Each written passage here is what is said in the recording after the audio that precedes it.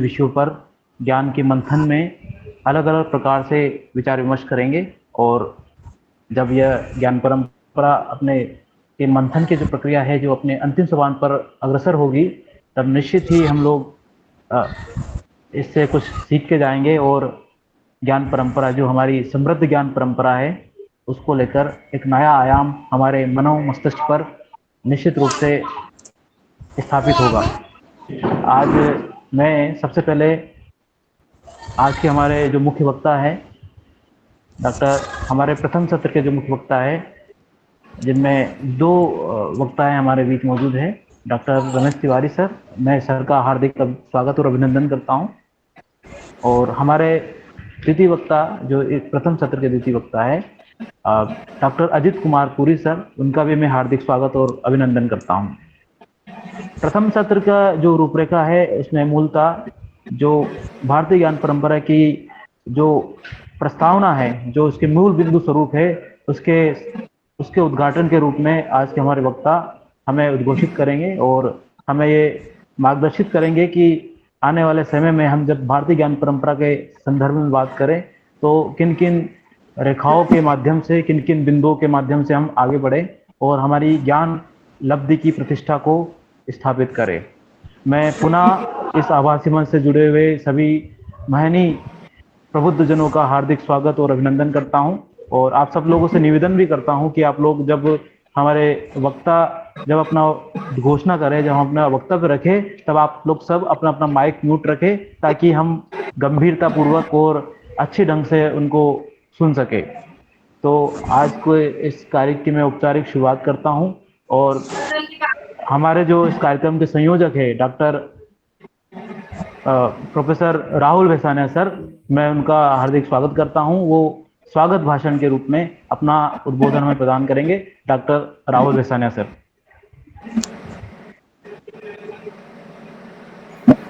धन्यवाद सर।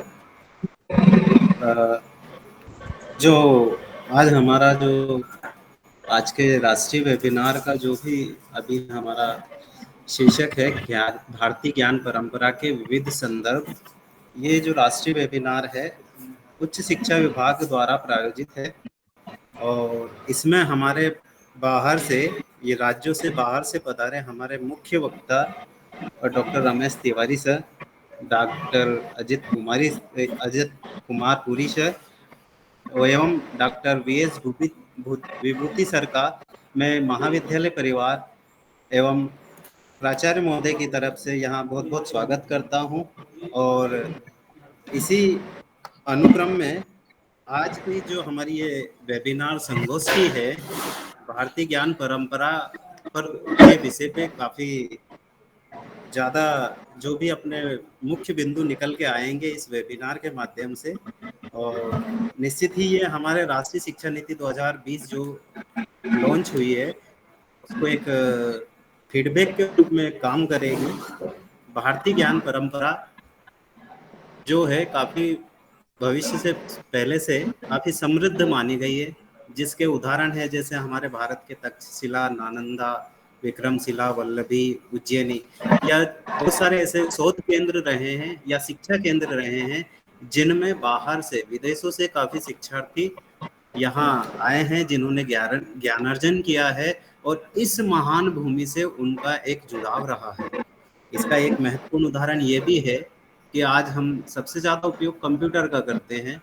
ये जो कंप्यूटर में जो भाषा सबसे ज़्यादा, कंप्यूटर की भाषा के लिए जो सबसे ज़्यादा उपयुक्त भाषा मानी गई है वो संस्कृत है। और जो संस्कृत है ये अपने भारत की मूल भाषा मानी जाती है। तो इसी ज्ञान प्रणाली को हम इस संगोष्ठी के माध्यम से समझेंगे और इसके नए नए आयामों को सीखेंगे। साथ ही इसमें जो एक महत्वपूर्ण हमारे उच्च शिक्षा विभाग है या भारत सरकार है या यूजीसी है, इनकी एक पहल थी। ये पहल है कि जो हमारी राष्ट्रीय शिक्षा नीति 2020 है उसमें शोध को बढ़ावा देना ही है, साथ ही भारतीय ज्ञान परंपरा को भी हमारे जो बच्चे हैं या जो शिक्षा के अलग अलग स्तर है, हर स्तर पे इसको मूल रूप से सम्मिलित करना है, मतलब इसे पाठ्यक्रम का हिस्सा बनाना है। इसी के अनुक्रम में एनसीएफ जो हमारा नेशनल क्रेडिट फ्रेमवर्क है, उसमें यूजीसी ने ये अनिवार्य किया है कि हर लेवल पे कम से कम 5% क्रेडिट आपके भारतीय ज्ञान परंपरा से संबंधित हो, और उसी को समृद्ध बनाने के लिए भारत सरकार ने इसमें 20 करोड़ रुपए बजट का भी प्रावधान किया है। तो मतलब अगर राष्ट्रीय शिक्षा नीति से जो एक पहल हमारे लिए इस भारतीय ज्ञान परंपरा को समृद्ध बनाने, इसका संवर्धन करने के लिए जो एक उद्देश्य बनाया है, उसी उद्देश्य की प्राप्ति के लिए आज हमारे इस वेबिनार के माध्यम से हम हमारे बच्चों से, या जो हमारे अलग अलग देश के अलग अलग कोनों से जो हमारे वो आए विद्वान आए हैं, वो अपना योगदान देंगे। इस वेबिनार में अब तक 208 लोगों का रजिस्ट्रेशन पंजीयन हो चुका है, जिसमें लगभग आधे से ज़्यादा दूसरे राज्यों से है। तो इस वेबिनार में से जुड़े हुए सभी विद्वान या हमारे जो भी विद्यार्थी हैं, सभी का यहाँ बहुत बहुत स्वागत है और अभिनंदन है, और आशा है कि ये जो आगे हमारा वेबिनार शुरू रहेगा, इसकी रूपरेखा के अंतर्गत हम नई नई चीज़ों को सीखेंगे। धन्यवाद। मैं आगे संचालन के लिए श्री मोहनपुरी सर को आमंत्रित करता हूँ।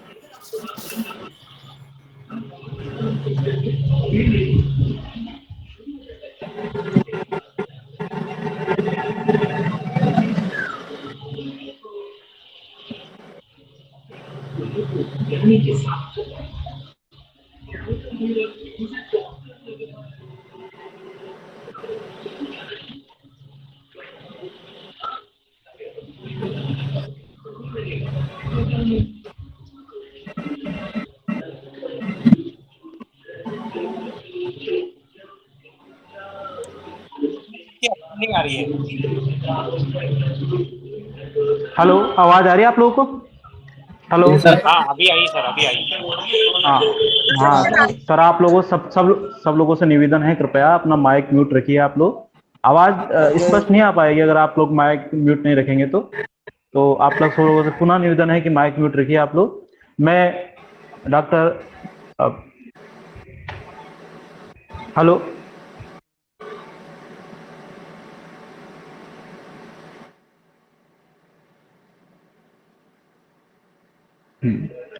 प्रोफेसर राहुल बेसाना सर का मैं बहुत बहुत धन्यवाद ज्ञापन करता हूं कि उन्होंने अपने उद्बोधन में इस वेबिनार के मूल मंतव्य को हमारे सामने रखा।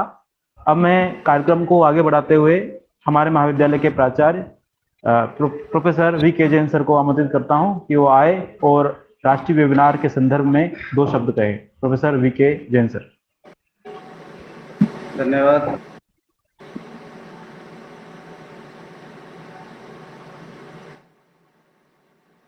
का धन्यवाद मोहनपुरी सर। आप सभी का इस वेबिनार में बहुत बहुत अभिनंदन है, स्वागत है।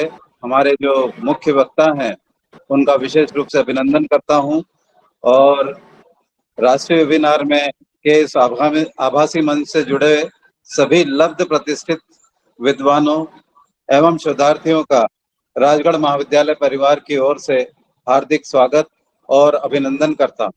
मैं स्वागत करता हूं आज के मुख्य वक्ताओं का, जिनके ज्ञान प्रतिष्ठा का चमत्कार आज हम देखने वाले हैं। मध्य प्रदेश उच्च शिक्षा विभाग के तत्वावधान में आयोजित इस राष्ट्रीय वेबिनार का मूल सत्य ज्ञान मंचन की प्रक्रिया को निरंतरता प्रदान करना है। भारत के भविष्य को भारतीय ज्ञान परंपरा के गुणखान से भरना है।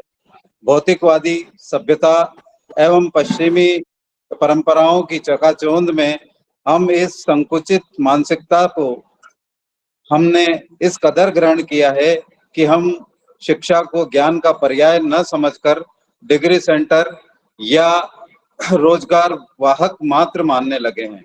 हम पश्चिमी ज्ञान की श्रेष्ठता को चुनने की बजाय उनकी संकुचित धारणाओं को आत्मसात करने में लगे हुए हैं। आज के ऐसे विकृत दौर में हमें भारतीय पुनर्जागरण की धारणा को धारण करना होगा। विश्व के श्रेष्ठतम ज्ञान को ग्रहण करते हुए हमें हमारी जड़ों की ओर लौटना होगा।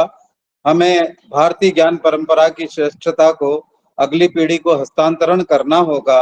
मुझे आशा और पूर्ण विश्वास है कि ज्ञान मंचन के इस एक दिवसीय राष्ट्रीय वेबिनार में श्रेष्ठ भारत के मूल तत्व से हम परिचित होने वाले हैं।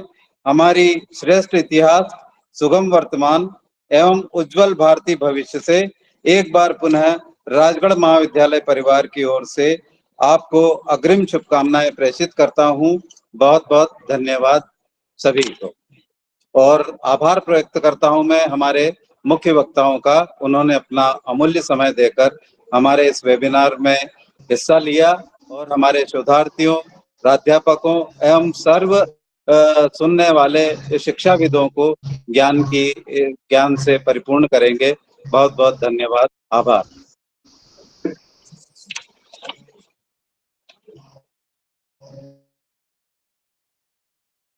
सर,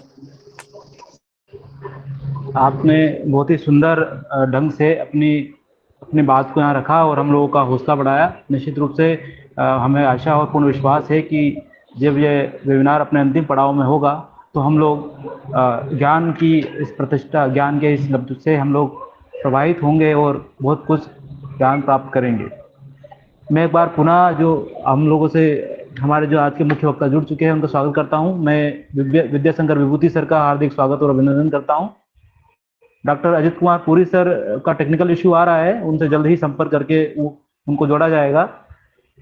भारतीय ज्ञान परंपरा की इस पीठिका को धारण करने से पहले हमें ये ज्ञात होना चाहिए कि वर्तमान समय में जब हम विभिन्न प्रकार से ज्ञान परंपरा के अलग अलग महत्व को निर्धारित कर रहे जा रहे हैं, चाहे राष्ट्रीय शिक्षा नीति की बात हो, चाहे हमारे पाठ्यक्रम में हुए बदलावों की बात हो, या चाहे हमारे जीवन में अलग अलग प्रकार से हमें महत्वपूर्ण तरीके से भारतीय ज्ञान परंपरा से हम लोग प्रभावित हो रहे हैं। इन तमाम चीज़ों को हम तभी ग्रहण कर पाएंगे या इनको तभी हम धारण कर पाएंगे जब हम इनकी वास्तविकताओं से रूबरू हो सके और उनकी वास्तविकताओं को जीवन में धारण कर सके। तो इन्हीं वास्तविकताओं से परिचित होने के लिए मैं आज के हमारे जो पहले वक्ता है, जो हमें हमारे विषय प्रवेश के रूप में हमें इसकी प्रस्तावना के बारे में हमें विस्तार रूप से बताएंगे। ये मुख्यतः धनबाद झारखंड से आते हैं और वर्तमान में मैंने भेजा ना, उस पे क्लिक कर दो। कृपया आप लोगों से रिक्वेस्ट है, हेलो, आप लोगों से रिक्वेस्ट है कि आप लोग, मैंने कुछ भेजा उस पे क्लिक कर दो, ऐसा बोल देना। कृपया आप लोग अपना माइक म्यूट रख लीजिए ताकि डिस्टर्ब नहीं हो जाए। आपके फोन पे उस पे क्लिक कर दो। देविका दुरेला जी, आपसे रिक्वेस्ट है कि आप अपना माइक म्यूट कर लीजिए। उस पे क्लिक कर दो। देविका दुरेला जी, आपसे रिक्वेस्ट है कि आप अपना माइक म्यूट कर लीजिए। अरे इसमें यार ये ऑप्शन ज्यादा, ठीक है, ओके। ये थोड़ा सा व्यवधान था, कृपया आप लोगों से फिर से निवेदन है कि आप लोग माइक म्यूट रखें ताकि किसी भी प्रकार का व्यवधान उत्पन्न ना हो। आज के पहले हमारे वक्ताओं को बुलाने से पहले मैं संक्षिप्त में उनका परिचय देना चाहूंगा। जो आज के हमारे पहले वक्ता है वो मूलतः धनबाद झारखंड से हमारे बीच उनका मूल जन्म स्थान है और वर्तमान में दिल्ली में उनका निवास स्थान है। साहित्य और शोध के क्षेत्र में वो निरंतर कार्य करते आए हैं और मैं साथ ही व्यंग की धारा में उन्होंने साहित्यिक दुनिया में अपना एक अलग मुकाम धारण किया है। चुनिंदा व्यंग श्रृंखला के तहत उनकी अभी तक 12 से ज्यादा पुस्तकें प्रकाशित हो चुकी है, जिनमें व्यंग सप्तक और व्यंग दस्तक जैसी महत्वपूर्ण पुस्तकों का उन्होंने संकलन और संपादन भी किया है। वर्तमान में वो शब्द आयतन नामक साहित्यिक पत्रिका का संपादन भी कर रहे हैं और लगातार साहित्यिक अध्यापन कार्य के साथ साथ साहित्यिक गतिविधियों को भी आम जनमानस से परिचित करवा रहे हैं। तो मैं ऐसे लब्ध प्रतिष्ठित विद्वान जिन्होंने व्यंग धारा को एक बार पुनर्स्थापित करने के लिए लगातार प्रयास उन्होंने किया है और लगातार प्रयास कर रहे हैं, मैं डॉक्टर रमेश तिवारी सर का हार्दिक स्वागत और अभिनंदन करता हूं और इस आशा और विश्वास के साथ ये मंच उनको सौंपना चाहता हूं कि जब वो अगले 40 मिनट बोले और जब उनको तमाम जो हमारे सभी महनी विद्वान उनको सुन रहे हैं, जब उनको सुने तो उन्हें लगे कि संस्कृति के आत्मविस्मृतिकरण का जो के शिकार की दुनिया में जो हम लोग अलग अलग प्रकार से हमारी भारतीय संस्कृति जर्जरित हो रही है, उस संस्कृति को हम लोग कैसे पुनर्स्थापित करें, उसके लिए क्या क्या प्रयास करें, ऐसे ही तमाम मुद्दों को हम लोग आज उनसे सुनने वाले हैं। तो मैं बड़े ही आत्मसम्मान के साथ डॉक्टर रमेश तिवारी सर को आमंत्रित करता हूं और अगले 40 मिनट के लिए यह मंच उनको स्थापित करता हूं। मैं हार्दिक स्वागत और अभिनंदन करता हूं डॉक्टर रमेश तिवारी सर का। सर, आप सुन पा रहे हैं? बिल्कुल बिल्कुल, मेरी आवाज आ रही है? जी सर। और हाँ, मैं एक बार और लास्ट में आप सब लोगों से निवेदन करना चाहूंगा कि अपने माइक म्यूट रखें ताकि आवाज व्यवस्थित आ सके। धन्यवाद sir. Please sir, doctor Ramesh Tiwari sir, आपका हार्दिक स्वागत है। जी, बहुत बहुत धन्यवाद मोहन जी। भारतीय ज्ञान परंपरा के विविध संदर्भ विषयक इस राष्ट्रीय ऑनलाइन वेबिनार में मुझे भागीदारी के लिए आमंत्रण हेतु मैं शासकीय स्नातकोत्तर महाविद्यालय राजगढ़ के प्राचार्य प्रोफेसर वीके जैन जी, संयोजक डॉक्टर राहुल जी, सह संयोजक और मेरे विद्यार्थी डॉक्टर मोहन पुरी जी समेत सभी अकादमिक एवं गैर अकादमिक मित्रों और इस आयोजन में प्रत्यक्ष अप्रत्यक्ष रूप से जुड़े सभी भागीदारों के प्रति नतमस्तक हूं, उनको प्रणाम करता हूं और इसमें मुझे भागीदारी के लिए आमंत्रण करने हेतु मैं आप सबके प्रति आभारी हूं, आभार व्यक्त करता हूं। साथ ही जो हमारे समकालीन विशिष्ट विद्वान गण आज जुड़ेंगे और अपनी बातें रखेंगे, प्रोफेसर पुरी जी और हमारे अन्य जो साथी हैं, विभूति जी, जितने भी हमारे साथी आज जुड़ेंगे, तो उन सब के प्रति मैं उन सबका स्वागत और अभिनंदन, सबके प्रति नमन करते हुए मैं अपने वाणी को एक विषय के साथ जोड़ने की कोशिश करूंगा। इस भारतीय ज्ञान परंपरा के विविध संदर्भ में जो उपविषय हैं और उन उपविषयों से मैं जब गुजरता रहा तो मेरी दृष्टि भारतीय ज्ञान परंपरा और साहित्य पर जाकर टिकी। और चूंकि हम लोग भाषा साहित्य के ज्यादा करीब हैं, मैं ये तो नहीं कहता कि अन्य विषयों को के प्रति हम बिल्कुल उदासीन या अपरिचित हैं, लेकिन ज्यादा इन्वॉल्वमेंट, ज्यादा संलग्नता, ज्यादा पढ़ना पढ़ाना साहित्य को लेकर है। तो इसलिए मुझे साहित्य हमेशा से आकर्षित भी करता है और प्रभावित भी करता है। दोनों चीजें हैं। जब मैं दूर से देखता हूं तो आकर्षित करता है, जब मैं उसके करीब जाता हूं, उसको देखता हूं, पढ़ता हूं, बुनता हूं, समझता हूं, तो फिर कहीं न कहीं प्रत्यक्ष परोक्ष रूप से वो मेरे जीवन को, मेरी सोच को प्रभावित भी करता है। इस दृष्टिकोण से मेरे लिए भारतीय ज्ञान परंपरा और साहित्य ज्यादा करीबी विषय रहा और मैं भारतीय ज्ञान परंपरा के संदर्भ में साहित्य का ही एक विषय निर्धारण करके आगे बात करूंगा। हम लोग भारतीय ज्ञान परंपरा की जब बात करते हैं तो ये जरूर ध्यान देना है कि ज्ञान का मतलब जानने से है और जानने का मतलब किसी को करीब से या दूर से जानना है।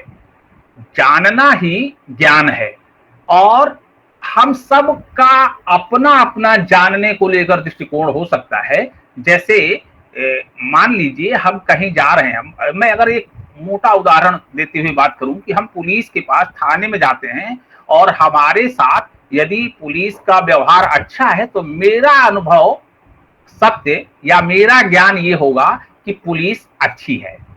यदि हमारे ही समकालीन कोई अन्य व्यक्ति पुलिस थाने में जाते हैं और उनके साथ पुलिस यदि सलीके से पेश नहीं आती तो उनका पुलिस को लेकर जो अनुभव सत्य होगा, अनुभव ज्ञान होगा, वो हमारे अनुभव ज्ञान से, अनुभव सत्य से थोड़ा अलग होगा। ज्ञान हमेशा सत्य का अवलोकन, आकलन और उसका परीक्षण करते हुए हम पाते हैं। जैसे हम आग को छूते हैं तो सबके हाथों में या जिस अंग से छुएंगे उसको जलन मिलेगी, तो हमें ये बोध होता है कि आग में तपिश है। वहीं जब बर्फ की सिल्ली को छूते हैं तो समझ में आता है कि इसमें ठंडापन है, सर्द है, ठंडा है। तो दोनों का ज्ञान होना। अब जब मैंने आग और बर्फ की सिल्ली का उदाहरण दिया तो ये जो ज्ञान था वो अनुभव से प्राप्त ज्ञान था। पुलिस का जो उदाहरण दिया वो भी अनुभव से प्राप्त ज्ञान था। इसका मतलब आज एनईपी की बात की आप लोगों ने शुरू में, एनईपी राष्ट्रीय शिक्षा नीति, उसमें एक्सपीरियंशियल लर्निंग की बात विशेष तौर पर की जा रही है। ये जो अनुभव से प्राप्त ज्ञान, अब ये जो अनुभव से प्राप्त ज्ञान है, ज्यादातर मुद्दों पर तो एक जैसा होगा, लेकिन कई मुद्दों पर अलग अलग भी हो सकता है। इसलिए ये समझना बहुत जरूरी है कि हम सबका अपना अनुभव संसार है, और जब हम सबका अपना अनुभव संसार है तो हम सबका अपना अपना अनुभव सत्य भी हो सकता है। इसी को साहित्य में एक दुनिया समानांतर कहा जाता है कि जितने लोग हैं सबके अनुभव हमारे समानांतर हो सकते हैं, हमारा अनुभव दूसरे का अनुभव हो ये जरूरी नहीं है। ये दृष्टिकोण भी मुझे साहित्य ने ही दिया। तो अब आप देखें, अनुभव से प्राप्त ज्ञान एक चीज, दूसरी बात परंपरा से प्राप्त ज्ञान, इसीलिए आया भारतीय ज्ञान परंपरा। अब एक तो अनुभव से प्राप्त ज्ञान, उसके बाद दूसरा दृष्टिकोण आया परंपरा से प्राप्त ज्ञान। तो भारतीय ज्ञान परंपरा के संदर्भ में जब हम बात करते हैं तो भारतीय ज्ञान परंपरा में सबसे महत्वपूर्ण चीज, यदि मैं उसको बिल्कुल मूर्त उदाहरण के साथ बात करूं तो सबसे महत्वपूर्ण हमारे यहाँ समाज की इकाई मनुष्य और समाज के बीच कौन है? परिवार। तो कहीं न कहीं समाज की इकाई परिवार है, और भारतीय ज्ञान परंपरा में संयुक्त परिवार की अवधारणा है। ये दुनिया के साहित्य को उठाकर, दुनिया के जीवन शैली को उठाकर देखेंगे आप, तो वो भारतवर्ष का इकलौता ये थाती है हमारे देश की, हमारी परंपरागत थाती, जिसमें संयुक्त परिवार की अवधारणा है। इसीलिए आप उसका परिणाम देखिए, हमारे यहाँ केवल अंकल और आंटी नहीं है, चाचा हैं, मामा हैं, मौसा हैं, मौसी हैं, बुआ हैं, फूफा हैं। आप देखें, हमारे यहाँ केवल ब्रदर इन लॉ और सिस्टर इन लॉ नहीं है। आप देखें, ये जो संबंधों की पर्याप्तता, बहुलता, ये भारतीय ज्ञान परंपरा, जैसा जीवन होगा, जैसी आवश्यकताएं होंगी, उसके अनुरूप हम क्या करेंगे? हम शब्द गढ़ लेंगे। जब शब्द गढ़ लेंगे तो उन शब्दों से हमें हमारे जीवन की अनुभूति होगी, हमारी जीवन पद्धति कहती है। तो मैं जो बात कर रहा था कि संयुक्त परिवार की संकल्पना, और संयुक्त परिवार की संकल्पना का विस्तार क्या है, एक्सट्रीम क्या है, उसका मैक्सिमाइज रूप क्या है, विस्तृत दृष्टिकोण क्या है? वो विस्तृत दृष्टिकोण है वो मंडलीकरण। अब मैं इसको जोड़ता हूं भारतीय ग्रंथों के उदाहरणों से। अयम निजः परो वेत्ति गणना लघु चेतसाम उदार चरिता नाम तु वसुधैव कुटुंबकम। ये मेरा है, ये तुम्हारा है। इस तरीके की गणना, इस तरीके की गिनती छोटेपन की निशानी है, छोटी सोच का परिणाम है। उदार चरित्र वाले तो पूरी वसुधा को ही अपना परिवार समझते हैं। अब आप सोचें, 20वीं सदी के अंत में और 21वीं सदी के आरंभ में, या कहें 20वीं सदी के उत्तरार्ध में, 1950 के बाद का अगर मैं कालखंड के साथ कहूं, 1950 के बाद, 70, 80 के बाद, 90 के बाद जिस ग्लोबलाइजेशन की बात, वो मंडलीकरण की बात के पड़ाव पर पूरी दुनिया पहुंचती है, उस पड़ाव को भारतीय साहित्य के आरंभ में, उपनिषदों में, वेदों में, पुराणों में, साहित्यिक ग्रंथों में, जिनको हमने बाद में धर्म ग्रंथों का सूचक माना, संकेतक माना, इन ग्रंथों में उस संयुक्त परिवार की अवधारणा उद्धृत है। ये भारतीय ज्ञान परंपरा की थाती है। इसलिए मैंने परिवार से शुरू किया, और उसका परिणाम आपने देखा, अलग अलग शब्दावलियां, जीजा, साला, और इसमें भी इतनी विविधताएं हैं कि वही जीजा कहीं पाहुन हो जाते हैं, वही जीजा कहीं मेहमान हो जाते हैं। आप देखिए शब्दों की कितनी बहुलता। ये सब उस भारतीय ज्ञान परंपरा की संयुक्त परिवार की संकल्पना की देन है। तो एक दृष्टिकोण तो ये आप देख रहे हैं, और ये कैसे आया, ये परंपरा से आया। संयुक्त परिवार की संकल्पना हमारे अनुभव में हो या ना हो, हमारी परंपरा में है। जैसे जैसे गांव टूटे या रोजी रोटी की तलाश में गांव से बच्चों का पलायन हुआ, तो संयुक्त परिवार की संकल्पना में वो दरारें आई हैं। लेकिन दरारों के आने से थाती नहीं बदल जाएगी, धरोहर नहीं बदल जाएगी। जब जब बात होगी, और आप जब देखेंगे कि तो पश्चिम में जिस ग्लोबलाइजेशन को बहुत जोशों से स्वीकारने की बात की गई, उसी ग्लोबलाइजेशन का बीज है वसुधैव कुटुंबकम, और उस वसुधैव कुटुंबकम का ही लघु रूप है संयुक्त परिवार की अवधारणा। तो ये जो संयुक्त परिवार की अवधारणा है, ये भारतीय ज्ञान परंपरा की अद्भुत छाती है। और जब मैं इससे आगे चलूंगा, तो अब मैं अपनी बात को पूरी तरह एक ग्रंथ को लेकर, एक ग्रंथ को केंद्र में रख करके कहने की कोशिश करूंगा।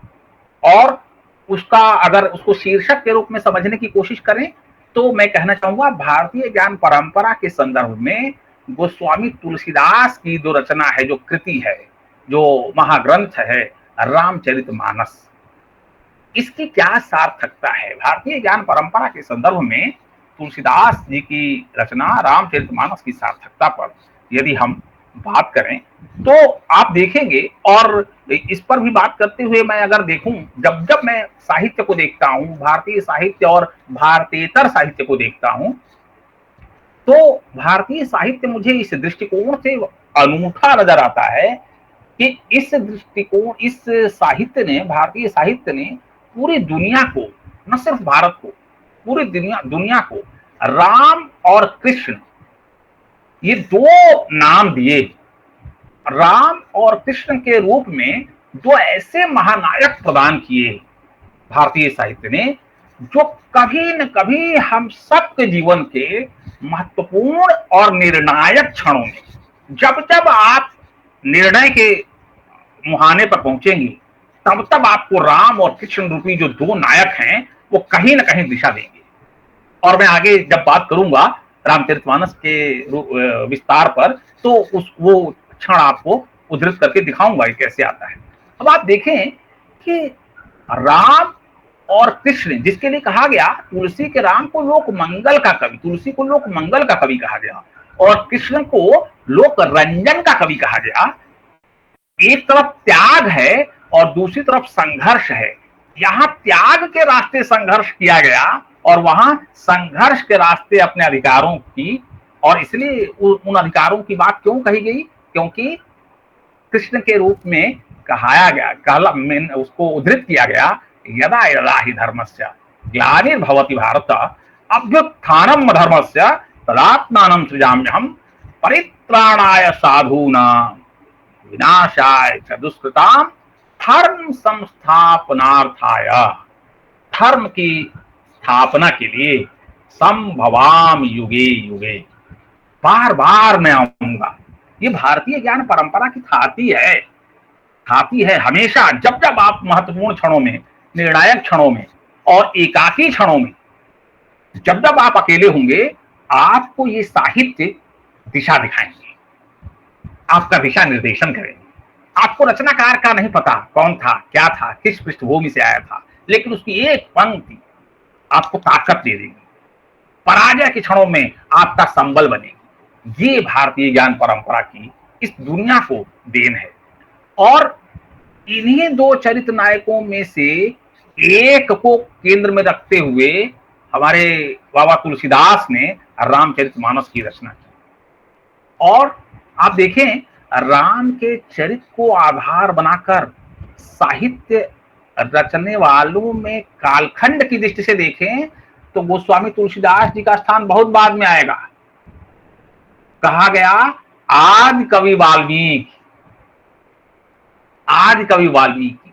अब आप देखें, ये जो आदि कवि वाल्मीकि हैं, वहां से शुरुआत हुई, और इसलिए वाल्मीकि रामायण से शुरुआत हुई। लेकिन जो पढ़ने वाला समाज है, जब दोनों ग्रंथों को पढ़ेगा, तो समझ में आएगा कि विकास की दिशा क्या है, कैसे रचनाकार ने एक ग्रंथ से प्रेरणा तो ली, लेकिन उसको कैसे परिष्कृत रूप देकर ज्यादा स्वीकार्यता कैसे होगी, ज्यादा उपयोगी कैसे होगा ये साहित्य, इस दृष्टिकोण से उसको पुनर्रचना कर दी, उसका पुनर्लेखन कर दिया।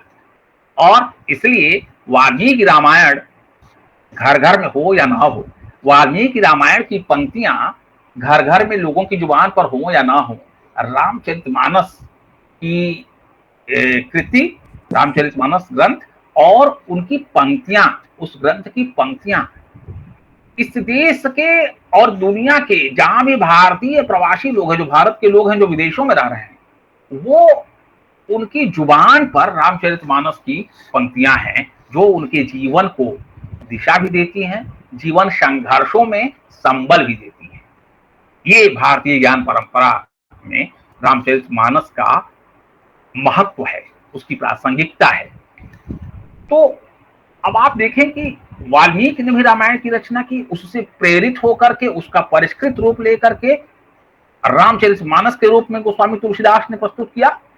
अब जब रामचरितमानस को हम देखते हैं कि उसमें क्या क्या रामचरितमानस में गोस्वामी जी ने, जिसके वजह से, जिसके कारण से, जिसके परिणाम स्वरूप इतनी लोकप्रियता उस एक ग्रंथ को मिली। लिखा साहित्य था लेकिन हो धर्म ग्रंथ गया, उसको लाल कपड़े में लपेट कर हमने उसको पूजनीय मान लिया। कितनी महत्वपूर्ण कृति, लिखा तो ग्रंथ था लेकिन वो पूजनीय और दिशा निर्देशक ग्रंथ बन गया। पहला जो इसका बिंदु मैंने देखा कि दो चीजें होती हैं, एक होता है शास्त्र और एक होता है लोक। शास्त्र जो नियम बनाता है, जो नियमों की रचना करता है, और शास्त्र के पैरेलल मैंने लोक को देखने की कोशिश की। क्यों? क्योंकि लोक का मतलब जो अधिसंख्य जनमानस है, और शास्त्र अधिसंख्य जनमानस की संगति में तो नहीं बनता, लेकिन आधुनिक युग की परिणति यह है कि जो अधिसंख्य जनमानस जिनको अपना प्रतिनिधि नियुक्त कर देते हैं, उन प्रतिनिधियों के माध्यम से शास्त्र की रचना, संविधान की रचना की जाती है। ये उसका आधुनिक परिप्रेक्ष्य है। लेकिन यदि हम गोस्वामी तुलसीदास के संदर्भ में शास्त्र और लोक को समझें और हम रामचरितमानस को केंद्र में रखते हुए यदि विचार करें, तो हम देखते हैं कि शास्त्र से लोक और लोक को लोक शिक्षण की ओर कैसे लेकर जाएंगे, ये रामचरितमानस ने करने की कोशिश की है। गोस्वामी तुलसीदास ने रामचरितमानस के माध्यम से पूरे भारतीय ज्ञान परंपरा का उपयोग भारतीय जनमानस को, या जो भी उसका पढ़ने वाला पाठक वर्ग हो, उसको कैसे शिक्षित करे, इसका बखूबी प्रयोग हमारे गोस्वामी तुलसीदास ने रामचरितमानस में किया है। अब रामचरितमानस है प्रबंध काव्य, जिसमें रचनाओं में एक एक प्रसंग का पूर्वापर संबंध है। पूर्वापर का मतलब पहले वाले का बाद वाले से, पूर्व और पर, इन दोनों का आपसी संबंध जब होगा, कनेक्टिविटी, कनेक्शन जब होगा, तब वो प्रबंधात्मक काव्य बनेगा, प्रबंध काव्य बनेगा। रामचरितमानस इस संबंध का निर्वहन करता है। तो रामचरितमानस इस दृष्टि से एक अप्रतिम प्रबंध काव्य है, अप्रतिम, जिसका कोई दूसरा मुकाबला ना हो। शास्त्र की बातों को लोक भाषा में जिस प्रकार गोस्वामी जी शुरुआत करते हैं या प्रस्तुत करते हैं, उसकी कोई मिसाल दूसरी नहीं मिलती। अब भाषा की बात आई और लोक भाषा की बात आई। इसका मतलब एक भाषा जो शास्त्र रचना हो रही है और एक भाषा जो लोक व्यवहार में प्रयोग की जा रही है। अब आप देखें, उस दौर में संस्कृत शास्त्रीय भाषा थी और लोक में ब्रज, अवधी, भोजपुरी, हरियाणवी और अन्य अन्य भाषाएं थी। तुलसीदास जी की एक खूबी अद्भुत है कि शास्त्र की रचना शास्त्र की भाषा में नहीं की, लोक की भाषा में की। और इसका परिणाम मैं आपको दिखाऊं, जब अवधि को वो अपनाते हैं, अवधि का महाकाव्य बना, संस्कृत का महाकाव्य नहीं है। अवधी को हिंदी भाषा की उपभाषा के रूप में शामिल किया गया, अवधी, ब्रज, भोजपुरी, हरियाणवी तो डोगरी, इसलिए हमने हिंदी भाषा साहित्य के अंतर्गत इसको शामिल किया। ये हिंदी का बृहत्तर रूप है। जैसे भारत कई राज्यों से मिलकर बनता है, कई संस्कृतियों को समाहित करके बनता है, इसी तरीके से हिंदी का भी विशाल रूप हम देखते हैं। अब आप देखें कि शास्त्र की भाषा थी संस्कृत और लोक की भाषा थी अवधी, और तुलसीदास ने लोक की भाषा का ग्रहण किया। उसका परिणाम देखिए, उसका प्रयोग देखिए, कितना खूबसूरत प्रयोग है। एक शब्द है, एक बड़े महत्वपूर्ण ऋषि हुए जिनका नाम है याज्ञवल्क्य। अब जो याज्ञवल्क्य उच्चारण में बड़ा तकलीफ देह शब्द है, इस पीड़ा को, इस समस्या को तुलसीदास जब लोक भाषा में ग्रंथ लिखना शुरू कर रहे हैं तो उस समय ही समझ लिए, और इसलिए उन्होंने याज्ञवल्क्य को जागबलिक लिख दिया। आप सोचिए, किसी का नाम बिगाड़ दिया जाए उसको कितना कष्ट होगा, वो कितना विरोध करेगा, कितना दुखी होगा। लेकिन लोकहित के लिए, लोगों के सुख के लिए, पाठकों को समझ में आने के दृष्टिकोण से लेखक ने ये अभिनव प्रयोग किया, ये पहल की, और इस शैली के कारण ही जब मैं जागबलिक कह रहा हूं, उनकी एक चौपाई का आधा हिस्सा यानी अर्धाली है, जागबलिक मुनि परम विवेकी, भारद्वाज राखे पद टेकी। आप देखिए, जागबलिक, याज्ञवल्क्य को जागबलिक लिख दिया। ये जो पहल है, ये जो इनिशिएशन है, ये जो इनिशिएटिव है, ये तुलसीदास को बहुत बड़ा बनाता है। हमेशा ध्यान रखिएगा आप लोग, जो सबसे ज्यादा प्रयोग करेगा इतिहास उसी को याद रखेगा। सबसे अधिक प्रयोग, ये प्रयोग है, फेल भी हो सकता था, लेकिन उनकी दृष्टि की गहराई है कि उनको जैसे मालूम है फेल होगा ही नहीं। इसलिए याज्ञवल्क्य को जितनी दुनिया जानती है उससे ज्यादा लोग जागबलिक को जानते हैं। नाम एक ही है, दोनों का रूप बदल दिया। तो जागबलिक, ये लोक भाषा के शब्दों में, लोक भाषा में जब ग्रंथ लिखा तो उसका ये शुरुआती दौर का उदाहरण है जो मैं बता रहा हूं, आपसे साझा कर रहा हूं। इस उदाहरण के सहारे मैं कहना ये चाहता हूं कि लोक शिक्षण यदि लोक की भाषा, लोक की शब्दावली में किया जाए तो वो अधिक प्रभावी होता है, अधिक ग्रहणीय होता है।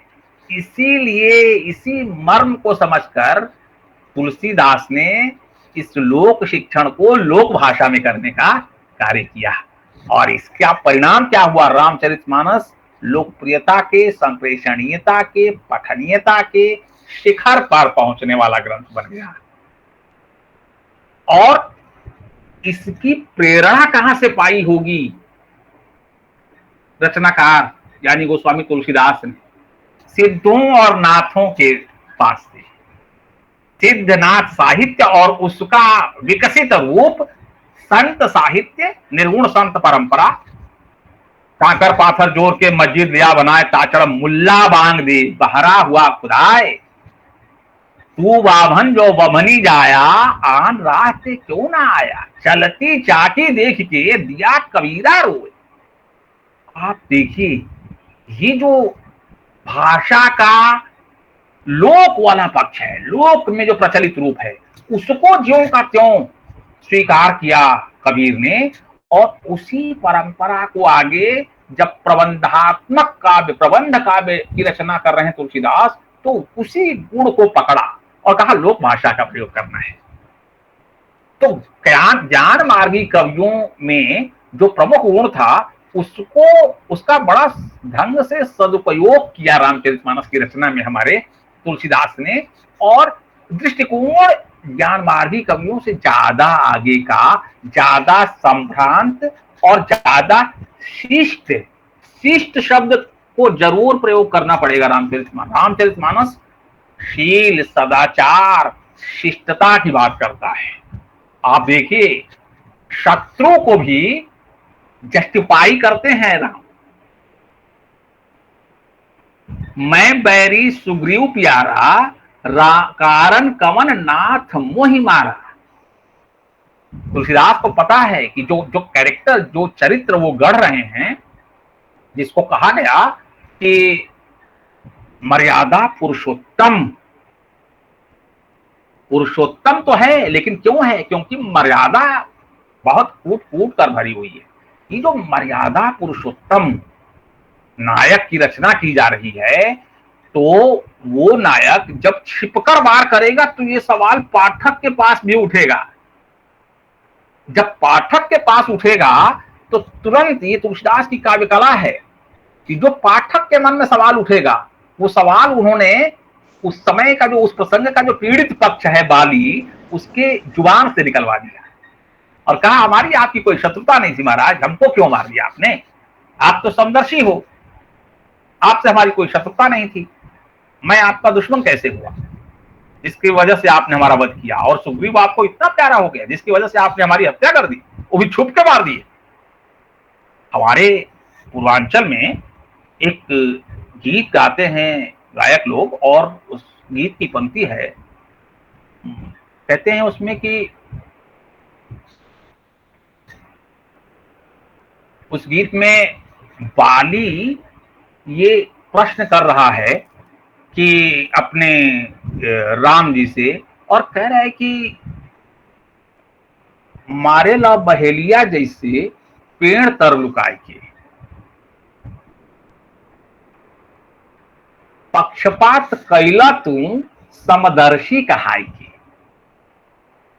नीक नाही कैला प्रभु जी ई बैर के बढ़ा के, नीक नाही कैला प्रभु जी ई बैर के बढ़ाई के, आ मारे ला बहेलिया जैसे पेड़ तर लुकाई के। पेड़ तर मतलब पेड़ की ओट में छुप के बहेली की तरह मुझे मार रहे हो। और उसको वो कहता है कि हमनी का भाई भाई, यानी हम दोनों भाई हैं, सुग्रीव और बाली, हमनी का भाई भाई लड़ल जाई भिड़ल जाई, पक्षपात कैला तू, आप बीच में पक्षपात कर लिए, और आपका नाम समदर्शी है, पक्षपात कैला तू समदर्शी कहाई के, आपको ये शोभा नहीं देता। ये बाली का पक्ष है, भूलना नहीं है, ये बाली का पक्ष है। और ये जो बाली का पक्ष है, ये तुलसीदास उस प्रसंग को रचते समय समझ गए थे। ये सवाल बड़ा मौजू है, ये सवाल बहुत महत्वपूर्ण है, इसलिए इस सवाल से भागो नहीं, इस सवाल को लाओ और जस्टिफाई करो।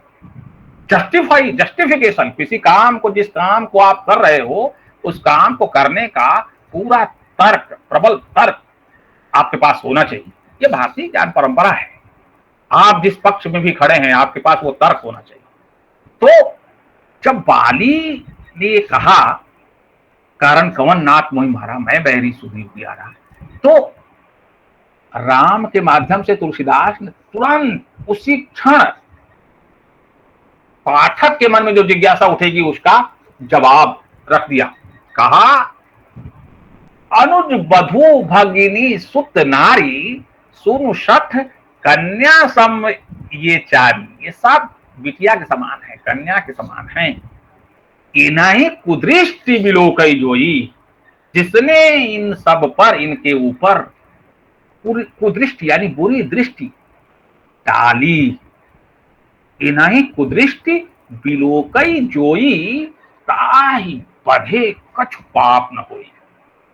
तुम्हारा वध तो उसी दिन सुनिश्चित हो गया जिस दिन तुमने इन चरित्रों पर, अनुज बधू भगिनी सुत नारी पर बुरी दृष्टि डाली, जिसके कारण सुग्रीव को किष्किंधा में जाके जान छुपाना पड़ा, उसकी पत्नी का हरण कर लिया, सब कुछ। अब आप देखिए, ये जो प्रसंग है तुलसीदास की काव्य कला को प्रमाणित करता है कि कैसे तुलसीदास की कलात्मकता है, कितनी चतुराई से वो ये समझते हैं कि तुलसीदास के जो पाठक हैं रामचरितमानस के, वो कहीं ना कहीं, हाँ, तुलसीदास की इस कृति को पढ़ने वाला जो पाठक है वो कहीं ना कहीं ऐसे प्रश्नों से जूझेगा, तो जूझने के साथ ही उसका पर्याप्त सटीक उत्तर तुलसीदास वहां पाठकों के लिए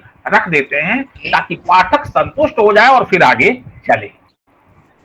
ये अद्भुत कौशल है तुलसीदास का, और इसलिए भारतीय ज्ञान परंपरा की जब भी हम बात करते हैं तो रामचरितमानस एक महत्वपूर्ण मशाल के रूप में, कृति के रूप में हमें दिखाई देता है। अब आप देखें कि भारतीय ज्ञान परंपरा में, जैसा मैंने कहा था कि संयुक्त परिवार की अवधारणा होगी, और संयुक्त परिवार में माता और पिता की प्रमुख भूमिका है। इसके अतिरिक्त माता और पिता के बाद, ये भारतीय ज्ञान परंपरा की देन है कि माता और पिता के बाद तीसरा सबसे महत्वपूर्ण शख्स यदि कोई है तो वो गुरु है। और आप देखें, मैं फिर जाता हूं भारतीय ज्ञान परंपरा के पौराणिक ग्रंथों की ओर, जहां आप पढ़ते हैं गुरु ब्रह्मा गुरु विष्णु गुरुर्देवो महेश्वरा गुरु साक्षात परब्रह्म तस्मै श्री गुरुवे नमः। और जिस बात को कबीर ने कहा, गुरु गोविंद दो खड़े ताको लागू पाए, बलिहारी गुरु आपने जिन गोविंद दियो बताए। आप सोचिए, इसको थोड़ा सा विजुअलाइज कर लीजिए, इस दोहे को। क्या अद्भुत दृश्य है। गुरु को देखा शिष्य ने, अभी सोच ही रहा था कि उनको प्रणाम करूं, तब तक गोविंद आ गए सामने से, दूसरी तरफ से। अब आप देखें कि शिष्य संकट में पड़ गया। एक तरफ गुरु हैं, मेरे आदरणीय, मुझे इनको प्रणाम करना चाहिए, और तब तक अभी वो सोचा ही था कि प्रणाम करूंगा, तब तक गोविंद आ गए। अब वो बड़ा धर्म संकट में पड़ गया। अब गुरु की भूमिका यहीं से शुरू होती है। जब जब शिष्य संकट में पड़ेगा, जब जब शिष्य संकट में पड़े, गुरु को खड़ा होना पड़ेगा। मशाल की तरह, 1000 वाट के वेपर लाइट की तरह रोशनी लेकर के गुरु आएगा, और इसीलिए उसका नाम गुरु है।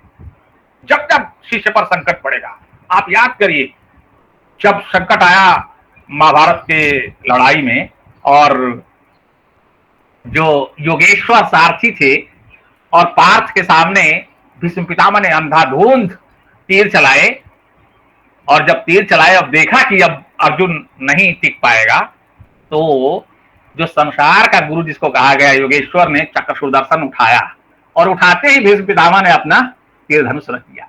ये गुरुओं का देश है, ऋषियों का देश है। और इसलिए ज्ञान परंपरा की बात क्यों महत्वपूर्ण है, उस धाती को समझना बहुत जरूरी है। वो कौन सी बात होगी कि देवासुर संग्राम के लिए एक ऋषि हुए जिन्होंने अपनी अस्थियां दान कर दी, अपनी हड्डियां दान कर दी, जिसका नाम कहा गया दधीचि। आप सोचे, ये भारतीय ज्ञान परंपरा है। तो माता पिता जिनके सौजन्य से व्यक्ति का वजूद निर्मित हुआ, और उस वजूद को सार्थकता कैसे मिले, जीवन जीना कैसे है, इसके लिए गुरु मिला। तो माता पिता और गुरु, ये तीन की महत्ता बहुत महत्वपूर्ण है। ये तीन की महत्ता को नकार नहीं सकते। भारतीय ज्ञान परंपरा की देन है ये। और इसको भी, इस बात को भी, जैसे मैंने शुरू किया था गुरु ब्रह्मा गुरु विष्णु, और फिर कबीरदास की बात की, बलिहारी गुरु आपने जिन गोविंद दियो बताए।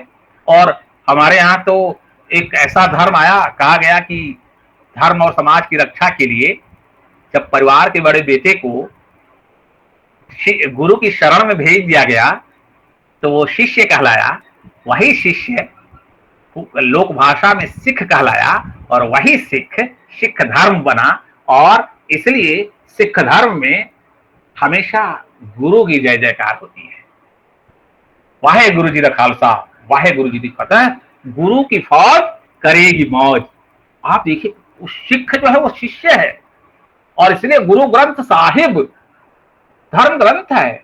उसी की वाणियों का उच्चारण और वाचन और पाठन होता है, जिसको सुनकर पूरा, और आप देखिए पूरी दुनिया में सिख समुदाय फैल गया है, और जहां भी है वहां अपने आप को अपने स्वाभिमान के साथ, ये कहां से मिला, के गुरुओं से मिला। सिखों के जो गुरु हुए और अंतिम गुरु गुरु गोविंद सिंह, 10वें गुरु, सिखों के 10वें गुरु गुरु गोविंद सिंह, 1.25 लाख से एक लड़ावा ता गोविंद सिंह नाम कहावा।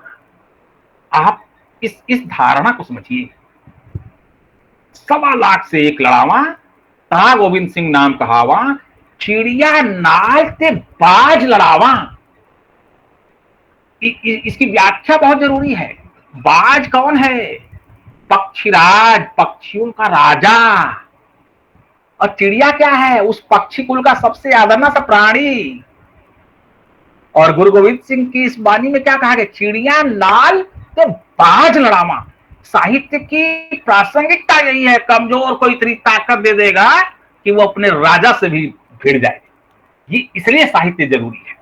जब जब आपके मन में आए साहित्य टाइम पास वाला नहीं, साहित्य जीवन जीने के लिए बहुत जरूरी है। और साहित्य वही है, खास तौर से आधुनिक साहित्य जब आप आएंगे तो आपको ये भूलना नहीं होगा, साहित्य हमेशा कमजोर के पक्ष में खड़ा रहेगा और ताकतवर से सवाल करेगा हमेशा। आप आधुनिक साहित्य को देखेंगे तो और ज्यादा ये सवाल पैदा होंगे। इसी दृष्टिकोण से हम आधुनिक हुए हैं, क्योंकि समाज की गैर बराबरी और सवाल करने की ताकत, एक तरफ सवाल, समाज में जो गैर बराबरी थी, स्त्री और पुरुष को समानता नहीं थी, धर्म, जाति, क्षेत्र, भाषा, लिंग के आधार पर जो भेदभाव थे, हमारा संविधान हमें समानता का, स्वतंत्रता, समानता और भाईचारा का अधिकार देता है। तो ये जो चीजें हैं, और ये कहां से आई? गुरुओं की संगति से, जिसने दिशा दिखाई। अब आप देखें कि जो मैं कह रहा था कि माता पिता और गुरु की महत्ता को तुलसीदास ने भी उतना ही महत्व दिया, और इसलिए कहते हैं प्रात काल उठी कै रघुनाथा, मातु पिता गुरु नावहि माथा। सबसे पहला काम प्रातः काल का महत्व है, और प्रातः काल में कैसे आरंभ करना है दिनचर्या का, उसको तुलसीदास बता रहे हैं। और कह रहे हैं क्या? आयसुमान। क्या अद्भुत बात है, बिना आदेश कुछ नहीं करेंगे, आयसु आदेश मांगते हैं। आयसुमान करहि पुर काजा, सारा काम कर रहे हैं लेकिन आदेश मांगकर। ये जो आदेश है, और ये जो तुलसीदास के राम हैं, इनकी जो मर्यादा की जो कुंडली को, मर्यादा के लाठी को या लकुटी को इतना कस के पकड़े हैं, कहीं छूटता नहीं है साहब। ये भारतीय ज्ञान परंपरा है।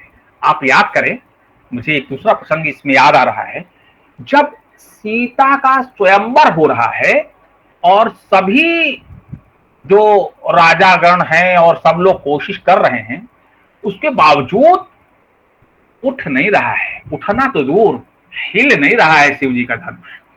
और राजा जनक बड़े निराश होकर कहते हैं, तजहुआस निज निज गृह जाहु, लिखा न विधि वैदेही विवाहु। कह रहे हैं कि आप लोग अपनी उम्मीद छोड़ दीजिए।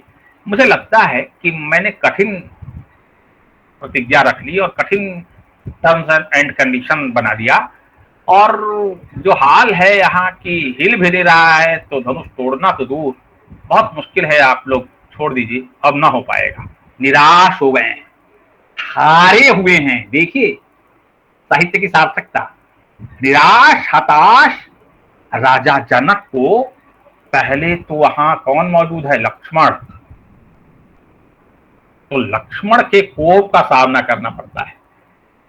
कहते हैं रघुवंशिन महजा को हो तही समाज अस्कह न को। जहां हम रघुवंशी लोग होते हैं वहां इस तरीके से कोई कहता नहीं है। बहुत बड़ी बात कह रहे हैं लक्ष्मण। और ये सारा आक्रोश क्यों? क्योंकि उनको लगता है कि मैं बैठा हूं, मेरा बड़ा भाई बैठा है, गुरु के साथ हम बैठे हैं, और ये इतना हल्की बात कर रहे हैं। तो उसका एक सात्विक आक्रोश, स्वभावगत आक्रोश लक्ष्मण के द्वारा तुलसीदास दिखाते हैं। और उसके बाद क्या दिखाते हैं? दिखाते हैं कि एक समय पर जाकर राम जी लक्ष्मण की ओर देखते हैं और देखकर नीचे पलक झुकाते हैं, लक्ष्मण बैठ जाते हैं। क्या अद्भुत परिपक्वता है, क्या गजब की का संकेत की भाषा है। देखते हैं, सिर झुकाते हैं और वो बैठ जाते हैं। इसके बाद राम कुछ कहते नहीं हैं। जब ये हताशा और निराशा को देखते हैं महर्षि, तब महर्षि कहते हैं, उठा राम। जो मैंने अभी कहा ना कि आयस मांग करहि पुर काजा, ये आदत इतना हैबिचुअल हो गए हैं राम, बिना आदेश का नहीं करेंगे। ये ताकत है, कर सकते हैं, लेकिन हम सेवक हैं और गुरु है बैठा हुआ। गुरु जब आदेश करेगा तो हम खड़े होंगे। और गुरु भी समझ रहे हैं कि इसको मेरी जरूरत है, जब मैं बोलूंगा तभी। ये बहुत ही मर्यादित व्यक्ति है, तो कह रहे हैं गुरु, उठा राम भंजहु भव चापा। राम अब उठो, अब बहुत हो गया। ये वही बात है, धर्म संस्थापनार्थाय संभवाम युगे युगे। एक्सट्रीम हो गया, अब बोलना पड़ेगा भाई, बहुत हो गया। तब कहते हैं गुरु, उठा राम भंजहु भव चापा। और क्यों बोलते हैं कि जिसके चाप से, जिसके वजन से संसार या भूमि दबी जा रही है, उसको तोड़ दो। उठा राम भंजहु, तोड़ो। किसको? उसको जिसके चाप से भव यानी संसार दबा पड़ा है। उठा राम भंजहु। सर माफी चाहूंगा सर, थोड़ा सा समय की बाध्यता को ध्यान में रखते हैं, थोड़ा सा 5 मिनट में कर दूंगा। जी सर, जी सर, जी। तो उठा राम भंजहु भव चापा, और उसके बाद कहते हैं मेटा तात जनक परितापा। अब आप देखें, सीता से विवाह करने के लिए मत उठो। संसार जिसके भार से दुखी है, उस भार से संसार को मुक्त करने के लिए उठो। और मेटा तात जनक परितापा, जनक के दुख को दूर करने के लिए इस धनुष को तोड़ना है। ये भारतीय ज्ञान परंपरा है, जनक के दुख को दूर करने के लिए मेटा तात जनक परितापा। और जब उसके बाद जब राम उठते हैं तो क्या होता है? उदित उदय गिरि मंच पर रघुबर बाल पतंग, हर से संत सरोज शब विकसे लोचन भृंग। अब आप देखिए क्या अद्भुत बात है। मैं उसकी व्याख्या के विस्तार में नहीं चाहूंगा। आगे आप, जैसे मैंने गुरु की बात की कि गुरु का कितना महत्व है, ऐसे ही वो माता पिता के जब वन जाना होता है तो वो पूछते हैं, और स्त्रियां माताएं कहती हैं, तो राम जी पूछने के लिए पहुंच जाते हैं। तो कहा जाता है, कहती हैं माता, जो केवल पितु आय सुताता तो जन जाहु जान बड़ी माता। मैं बड़ी माता हूं। अगर केवल पिता के आदेश से जा रहे हो तो मत जाओ, पिता के स्थान से बड़ा है मां का स्थान।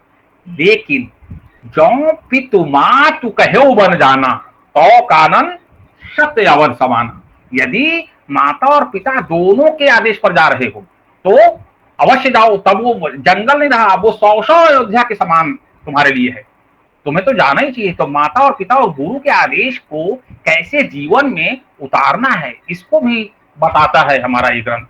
इसके बाद सत्संगत की बात भारतीय ज्ञान परंपरा की मूल धारणा है, जिसको तुलसीदास भी कहते हैं, बिनु सत्संग विवेक न होई, राम कृपा बिनु सुलभ न सोई। ये वो बताते हैं। हालांकि वो ये भी बोलते हैं, सठ सुधरहि सत्संगत पाई। जो मूर्ख है उसको सत्संग में डाल दो तो वो भी सुधर सकता है। कैसे? जैसे पारस के स्पर्श से जो लोहा है वो भी शुद्ध हो सकता है, सोना हो सकता है। तो इसके बाद वो ये भी कहते हैं कि जो कुसंगति है, जब आपका समय खराब होगा तो आप बुरी संगति में पड़ जाओगे। उसको वो कहते हैं विधिवश सुजन कुसंगत परहि। यदि आपका समय खराब हो गया तो आप कुसंगति में पड़ोगे, तो आपको ज्यादा अवेयर रहने की जरूरत है। और समन्वयवादी धारणा को लेकर चलते हैं। जैसे भारतवर्ष में आपने देखा कि विविध भाषाओं का, विविध संस्कृतियों का समुच्चय है भारतवर्ष। तो उस सारे को लेकर समन्वयवादी जीवन कैसे हो, ये तुलसीदास कहते हैं। इसके बाद राजधर्म का स्मरण कराते हैं। कहते हैं, जा सुराज प्रिय प्रजा दुखारी, सो नृप अवश्य नरक अधिकारी। यानी राजा का राजधर्म क्या है उसकी भी बात करते हैं। मित्रता की महत्ता को बताते हैं। जब कहते हैं कि जे न मित्र दुख हो ही दुखारी, तेना ही विलोकत पातक भारी। यदि आप वही मनुष्य है जो मनुष्य के लिए मरे, तो जब आप मित्र हैं तो मित्र धर्म का आपको हमेशा ध्यान रखना चाहिए।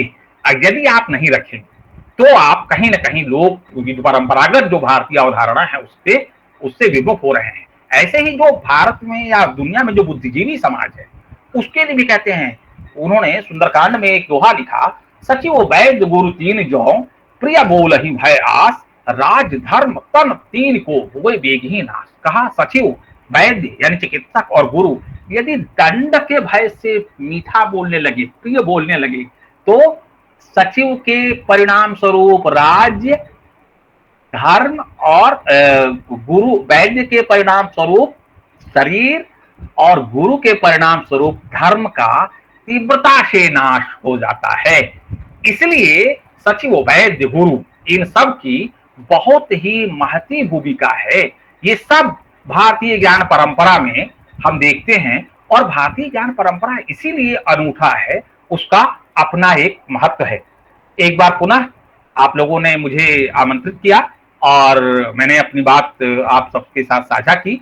पुनः शासकीय स्नातकोत्तर महाविद्यालय राजगढ़ की पूरी टीम का और आप सभी सुनने वालों का, हमारे सभी अतिथि विद्वानों का मैं हार्दिक आभार प्रकट करता हूं। बहुत बहुत धन्यवाद। नमस्कार।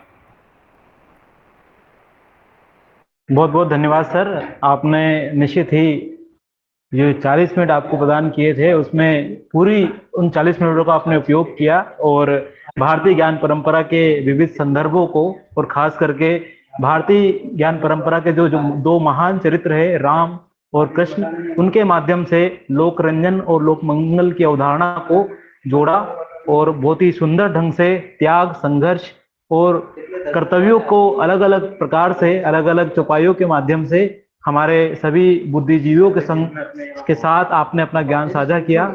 आपका बहुत बहुत धन्यवाद। क्योंकि प्रश्नोत्तरी का समय भी है तो हमने ये डिसाइड किया है कि अभी सिर्फ 2 क्वेश्चन आपसे यहाँ पर इसके बाद पूछे जाएंगे और बाकी के जो क्वेश्चन है वो जो हमारा द्वितीय सत्र है, जो हमारे द्वितीय सत्र के मुख्य वक्ता है, उनके बोलने के बाद फिर आपसे क्वेश्चन आंसर तीनों वक्ताओं से सम्यक रूप से पूछे जाएंगे। तो जो भी विद्वान प्रश्न पूछना चाहता है 2 क्वेश्चन से पूछे जाएंगे। कृपया आप आमंत्रित है।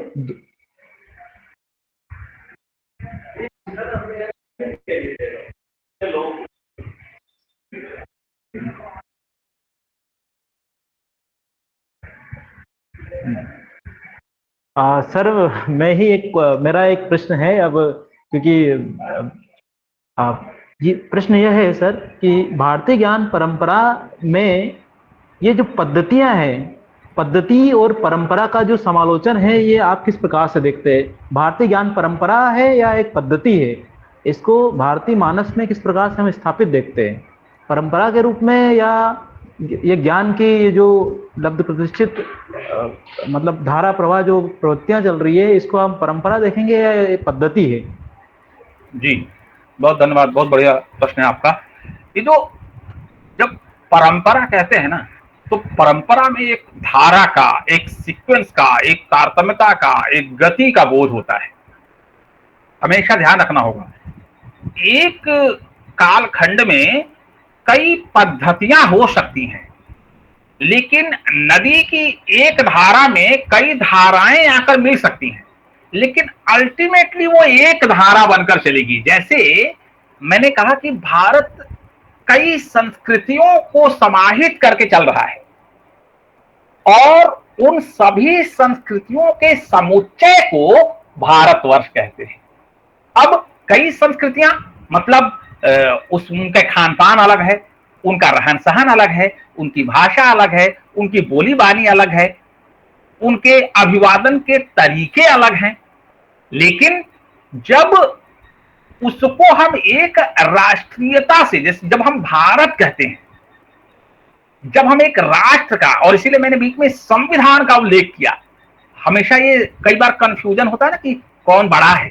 जब आप आधुनिक हो रहे हैं तो संविधान आपको इंपावर कर रहा है, और वो क्यों बड़ा हो जाता है? क्योंकि वो बार बार संशोधन की गुंजाइश को पूरा करता है और हमारे बिलीफ सिस्टम, हमारी मान्यताएं पद्धतियों और परंपराओं दोनों से मिलकर तो बनती हैं, लेकिन परंपरा वो है जो, जैसे संयुक्त परिवार से हमें एक जीवन पद्धति तो मिलती है, लेकिन वो परंपरागत रूप से मिल रही है। हम उसको अब आज एक नई पद्धति से जी सकते हैं, और इसलिए अलग अलग समाज का, अलग अलग परिवार या समाज में अलग अलग जीवन पद्धतियां हो सकती हैं, लेकिन जब आप एक क्षेत्र विशेष में, व्यापक संदर्भ में, राष्ट्रीय परिप्रेक्ष्य में जब आप बात करोगे, तो आपको उस एकत्व का, एकात्म का, यूनिकनेस का और इंटीग्रेशन का, परंपरा में कहीं ना कहीं वो इंटीग्रेशन होगा। जैसे गंगा को कहा गया कि नदी है, उसमें सभी नदियां आके समाहित हो जाती हैं। तो जब एक तादात्म्य की जब बात होगी, तो फिर एक, जैसे कहा गया कि एक को मानो, एक को जानो, एक को मानो, एक हो जाओ। ये एक क्यों हो जाओ, ये बहुत जरूरी है, क्योंकि जब परंपरागत बात होगी, जब आपको पूरे बड़े संदर्भ की बात होगी, तो छोटी छोटी टीम में सबका अपना अपना मत होगा, लेकिन जब व्यापक परिप्रेक्ष्य में आप बात करोगे, कहोगे हमारी टीम का ये निर्णय है।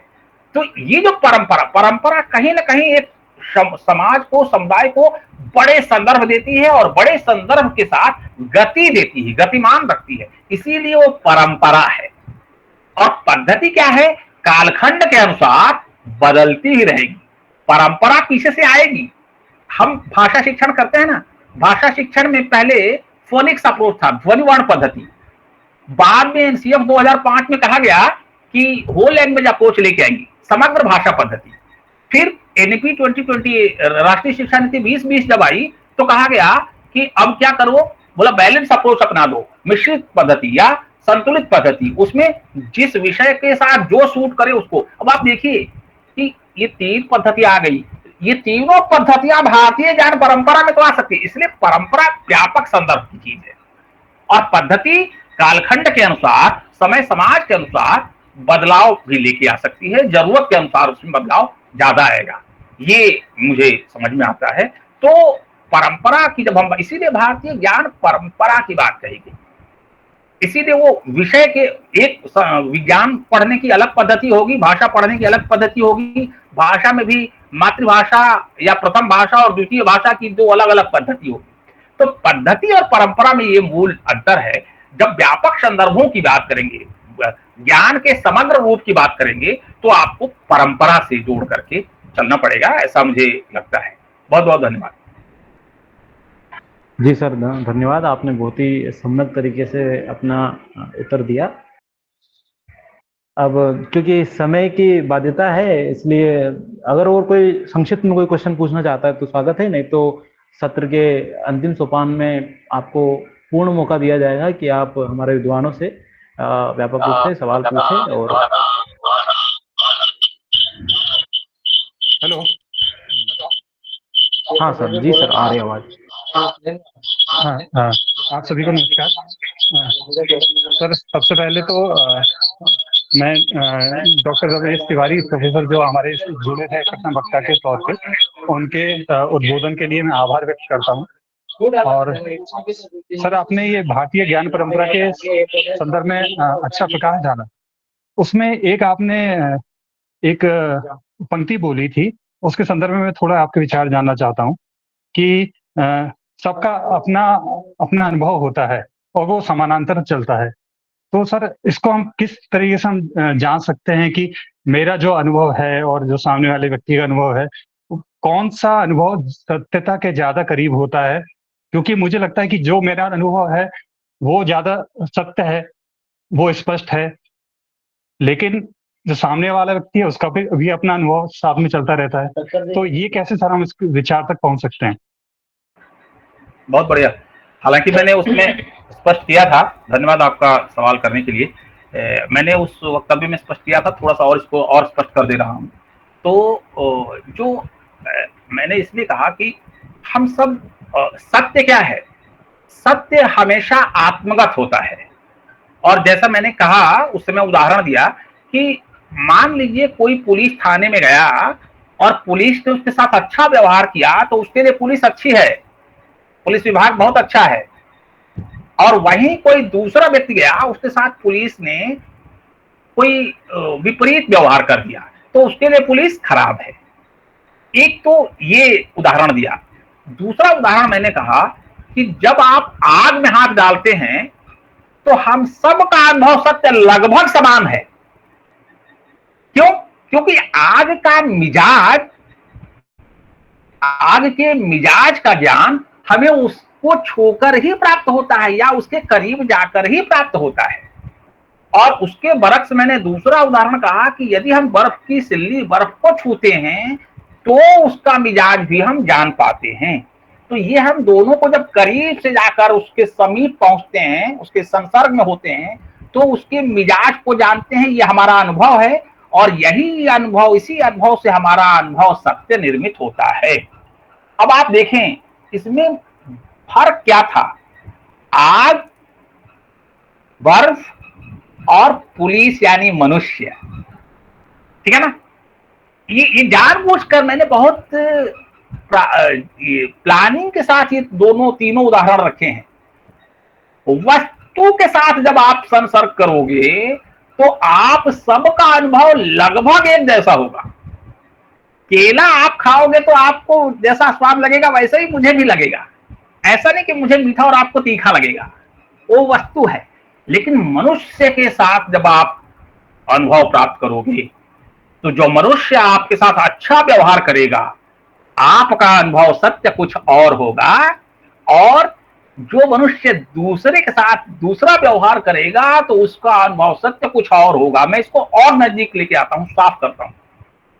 मान लीजिए आप किसी को पसंद करते हैं, क्यों करते हैं ये आपके ऊपर है। ये बड़ा ऑब्जेक्टिव सवाल है कि क्यों करते हैं। किसी को कुछ पसंद है, किसी को आप पसंद करते हैं तो आप उसके प्रति हमेशा सकारात्मक और सदाशयतापूर्ण व्यवहार करेंगे। और किसी को यदि आप नापसंद करते हो तो वो नापसंदगी का कारण भी आपका अपना हो सकता है। मैं उस डिटेल में नहीं जा रहा कि वो कारण क्या है, बहुत से कारण हो सकते हैं। हमारी पृष्ठभूमि, हमारा परिवेश, हमारा मानस, हमारी सोच, कुछ भी, तो ये सब कारण हो सकते हैं। अब जब हम पसंद करते हैं जिसको, उसके प्रति हमारा व्यवहार, और जिसको नापसंद करते हैं उसके प्रति हमारा व्यवहार, अब उन दोनों का अनुभव सत्य अपना है। जिसको आप नापसंद करते हैं और जिसको आप प्रताड़ित या उपेक्षित करने वाला व्यवहार करते हैं, उसके लिए आप अच्छे आदमी हो ही नहीं सकते। उसके लिए तो आप बहुत बुरे आदमी हैं। लेकिन जिसके साथ आप सदाशयतापूर्ण व्यवहार करते हैं उसके लिए तो आप देवता हैं। उसका तो वही, हमारा तो गॉड है, हमारा तो फादर है, हमारा तो गॉड फादर है। ये जो चीज है, तो अब आप देखिए मैंने जानबूझकर व्यक्ति को रखा एक उदाहरण में।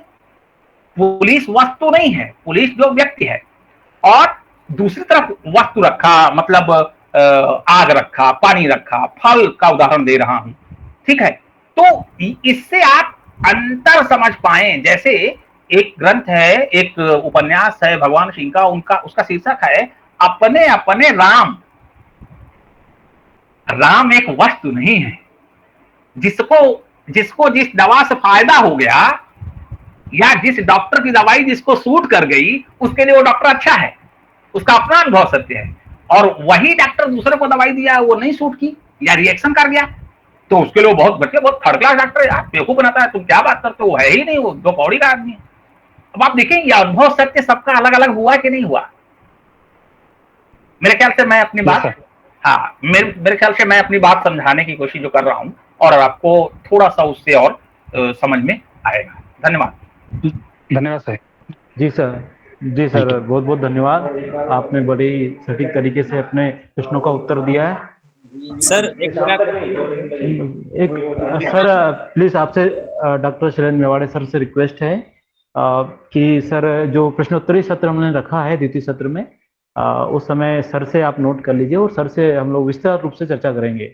अभी क्योंकि द्वितीय वक्ता का समय हो गया है और वो प्रथम सत्र की अध्यक्षता भी कर रहे हैं, तो ज़्यादा अधिक विलंब न करते हुए मैं हमारे बीच डॉक्टर अजित कुमार पुरी सर उपस्थित है, मैं उनको आमंत्रित करने जा रहा हूं। आमंत्रित करने से पहले मैं संक्षेप में उनके बारे में बताना चाहूँगा। डॉक्टर अजित कुमार पुरी सर का मुख्य रूप से संबंध उत्तर प्रदेश गोरखपुर से है, और गोरखपुर में उन्होंने रहकर आरंभिक शिक्षा दीक्षा ग्रहण की और उस शिक्षा के लिए वो दिल्ली आए और दिल्ली विश्वविद्यालय से उन्होंने एमए और तमाम जो उच्च शिक्षा के अन्य सोपान हैं उनको पार किया।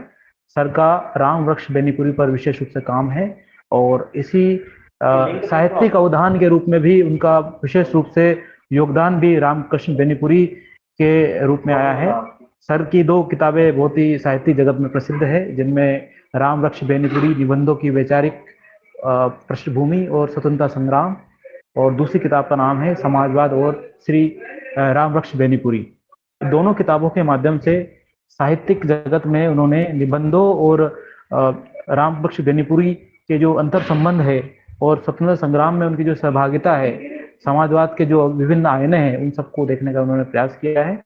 सर लगातार साहित्यिक विभिन्न प्रतिष्ठित पत्रिकाओं में उनका लेख शोध कार्य आता रहता है, जिनमें गगनांचल, साहित्य धारा, अक्षरा जैसी प्रमुख पत्रिका है, जिनमें लगातार सर अपने विचार प्रकट करते रहते हैं।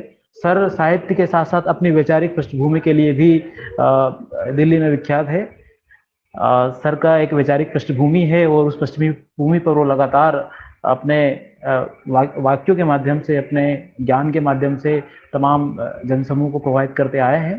तो ऐसे प्रतिष्ठित विद्वान को मैं बड़े ही अदब के साथ आमंत्रित करना चाहता हूं और चाहता हूं कि जब वो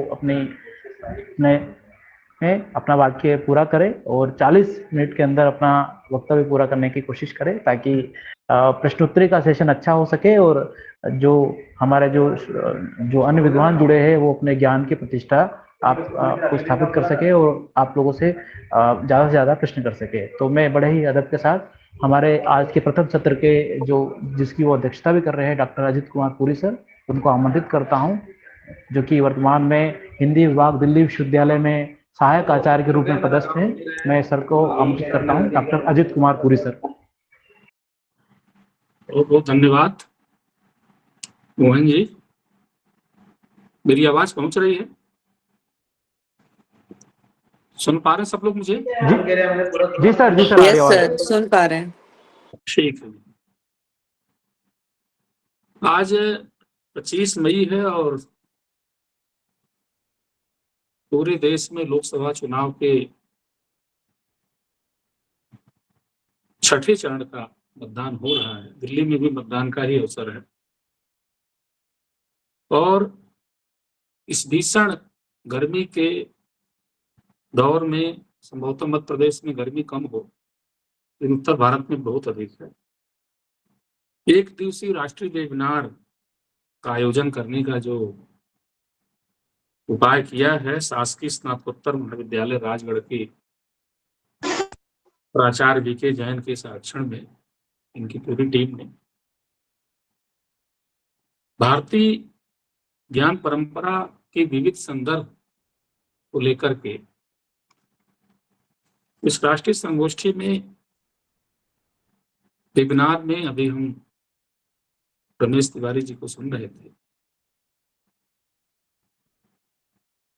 भारतीय ज्ञान परंपरा के विविध संदर्भ बहुत व्यापक है। इस पर बोलने से पहले मैं धन्यवाद ज्ञापित करूंगा मोहन जी के लिए कि आपने हमें आमंत्रित किया है। कभी आमने सामने हम लोग नहीं मिले हैं, ऑनलाइन ही एक दूसरे को देख पाए हैं और आज भी ऑनलाइन ही जुड़ रहे हैं।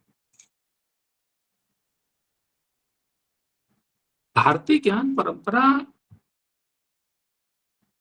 जिसके बारे में बहुत बात होती है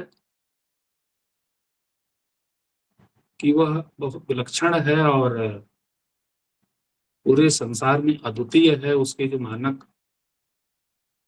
वो है क्या, उसके कुछ बिंदुओं पर मैं बात करूं। भारतीय ज्ञान परंपरा की स्रोत क्या है और ये भारतीय ज्ञान परंपरा क्यों है? भारतीय ज्ञान परंपरा ये इसलिए है क्योंकि भारत में इसका व्यापक प्रभाव रहा है, अभी भी है। नहीं तो जो कुछ भारतीय ज्ञान परंपरा में है वह किसी एक देश के लिए नहीं है। संपूर्ण ब्रह्मांड का जो सत्य है, संपूर्ण सृष्टि का जो सत्य है, वह सब भारतीय ज्ञान परंपरा में समाहित है। भारतीय ज्ञान परंपरा कहने का संकोच या नामकरण इसलिए है क्योंकि विशेष करके आर्यों ने, हिंदुओं ने, भारतीयों ने इस विरासत को बचाए हुए रखा है। मैं पहला बिंदु उठाऊंगा कि इसका स्रोत क्या है। इसका स्रोत है वेद, जिसके बारे में हमारी मान्यता है कि यह अपौरुषेय है, यह ईश्वर की रचना है, यह पुरुष की रचना नहीं है। और इसलिए मनु ने वेद की निंदा करने वालों को नास्तिक कहा, नास्तिको वेद निंदका। और फिर हम देखते हैं कि वेदों के जो सिद्धांत है, वेदों में जो व्यक्त जो ज्ञान है, ज्ञान कर्म वासना की जो 3 धाराएं हैं, उनका क्रमशः जो विकास है वो ब्राह्मण ग्रंथों से होते हुए, उपनिषद से होते हुए पुराणों तक प्रसारित होता है। और इसका जो पूरा निचोड़ निकल के आता है वह यह निकल के आता है कि भारतीय ज्ञान परंपरा जो मानती है, जो उसके चिंतन के केंद्र में है, वह यह है कि संपूर्ण सृष्टि का चिंतन किया जाए। आज के वातावरण में, जबकि भारतीय विश्वविद्यालयों में, भारत के समाज में यूरोप का जो विचार जो है बैठ गया है, जहां पर मनुष्य की महत्ता, मनुष्य के लिए ही सारी वस्तुएं जुटाई जा रही हैं, ऐसे समय में भारतीय ज्ञान परंपरा पर चिंतन करना बहुत आवश्यक है। और शासकीय स्नातकोत्तर महाविद्यालय राजगढ़ के जो टीम ने जो ये प्रयास किया है कि इस पर चर्चा हो, तो निश्चय ही इससे भारतीय चिंतन परंपरा के, भारतीय ज्ञान परंपरा के जो मूल आयाम है वो हमारे सामने आएंगे और हम आज के परिप्रेक्ष्य में उसको देख सकेंगे। पश्चिम में, यूरोप ने जो अभी 200-250 साल पहले आधुनिक हुआ है और उसने जो है इस 150-200 सालों में ही संसार को चमत्कृत कर दिया है अपने वैज्ञानिक उपलब्धियों से, खोजों से। उसके मूल में क्या है? उसके मूल में है मनुष्य की केंद्रीयता, और फिर वो जाकर के व्यक्ति की केंद्रीयता में बदल जाती है। यानी कि समस्त वस्तुएं जो है केवल मनुष्य के लिए है और मनुष्य उसको प्राप्त करे, जैसे भी वैसे प्राप्त करे, भले ही सृष्टि का संतुलन बिगड़ जाए, इसमें कोई बहुत सोचने की बात नहीं। और इस प्रक्रिया से चलते हुए आज विश्व जो है एक खतरनाक जो है स्थिति पहुंच चुका है, जहां भोगवादी प्रवृत्ति जो है इतनी चरम पर है कि सृष्टि आगे चल के क्या होगी इसको लेकर कोई परवाह नहीं है। हालांकि पृथ्वी सम्मेलन और जलवायु सम्मेलन भारत सहित सारे देशों के जो राष्ट्राध्यक्ष हैं वो बीच बीच में करते रहते हैं, लेकिन उसका परिणाम जो है ये है कि कोई गंभीर जो चिंतन में परिवर्तन नहीं दिखाई दे रहा है। जबकि भारतीय जो ज्ञान परंपरा है वहां शुरू से ही इस बात को मान्यता रही है कि मनुष्य जो है सृष्टि के केंद्र में नहीं है, सारी चीजें मनुष्य के लिए नहीं की जाएंगी। वहां सृष्टि का चिंतन है, अर्थात सृष्टि के समस्त जो है चर अचर स्थावर जंगम जो जीव हैं उनके कल्याण के साथ मनुष्य का कल्याण, केवल मनुष्य का कल्याण हो ऐसी भावना नहीं। और यही कारण है कि जब हम कोई अनुष्ठान करते हैं और उसमें जब शांति पाठ करते हैं तो उसमें द्यूलोक से हम शांति की कामना स्वरूप करते हैं। ओम देव शांति। शांत यानी कि हर प्रकार के विकृतियों से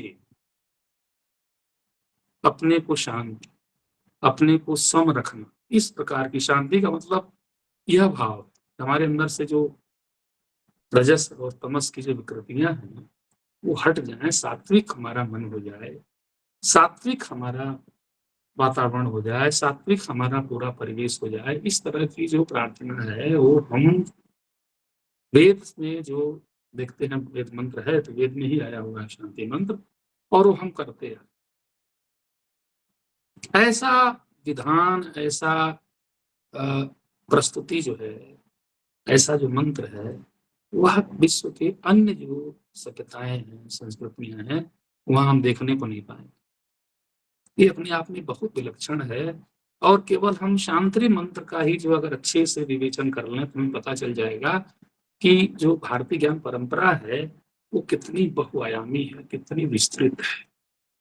अभी यहाँ बात हो रही थी कि मतलब अयम निज परो वेति गणना लोकचेत साम उदार चरिताना वसुदेव कुटुंब।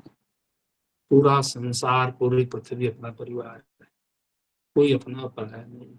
इससे व्यापक धारणा हम इस वेद मंत्र में देख सकते हैं कि हम शांति की कामना अंतरिक्ष से लेकर, देवलोक से लेकर, पृथ्वी से लेकर, ब्रह्म से लेकर हर स्थान पर कोई ऐसा स्थान न हो जहां शांति, जहां शांति है, कला है, वहां दुख है। जहां शांति है, सम है, स्थित प्रज्ञता है, वहीं सुख है। तो इस तरह से हम देखें तो जो भारतीय ज्ञान परंपरा का जो सबसे बड़ा मतलब पहचान है, सबसे बड़ी उसकी जो बात है वह है कि इसमें सृष्टि का चिंतन है, इसमें व्यक्ति का चिंतन, किसी देश का चिंतन, किसी परिवार का चिंतन इस तरह का नहीं है, इतनी संकुचित नहीं है, बहुत विराट चेतना है। और ये हमें वेदों से लेकर के, पुराणों से लेकर के, ब्राह्मण ग्रंथ से लेकर के, उपनिषद से लेकर जहां भी हम पृष्ठ उल्टेंगे, देखेंगे तो हमें दिखाई दे। तो इस तरह से भारतीय ज्ञान परंपरा का ये जो संदर्भ है ये बहुत व्यापक है, इस पर हमें विचार करने की आवश्यकता है। दूसरी बात मैं कहना चाहूंगा कि आज के दिन जब हम देखते हैं कि समेटिक जो मजहब और रिलीजन है वो उनकी स्थिति क्या है, वहां पर दावे के साथ ये बात कही जा रही है कि जो उनकी पुस्तक में है, जो उनकी मान्यताएं हैं, वही सत्य है और शेष मिथ्या है। ऐसे समय में भारतीय ज्ञान परंपरा का जो संदर्भ है, उसकी जो पूरी विरासत है, उसको देखने की जरूरत है। 2000 से अधिक नहीं हुई ईसाइयों को हुई, और 1400 वर्ष से अधिक नहीं हुई इस्लाम को आए हुए। लेकिन हम देखते हैं कि 19वीं सदी के दौर में इन दोनों रिलीजन और मजहब के लोगों ने बड़े दावे के साथ जो है पूरे संसार में इस बात को फैलाने का प्रयास किया कि जो उनके यहाँ है वही सत्य है, शेष झूठे। तो अगर हम इसमें भारतीय ज्ञान परंपरा को देखें तो वहाँ ऋग्वेद में बहुत स्पष्ट रूप से कहा गया है कि एकम शब्दों विपरा बहुधा बदंती। सत्य तो एक है, किंतु विद्वान लोग उसको अलग अलग तरीके से जानते हैं, उसको अलग अलग तरीके से प्रकट करते हैं।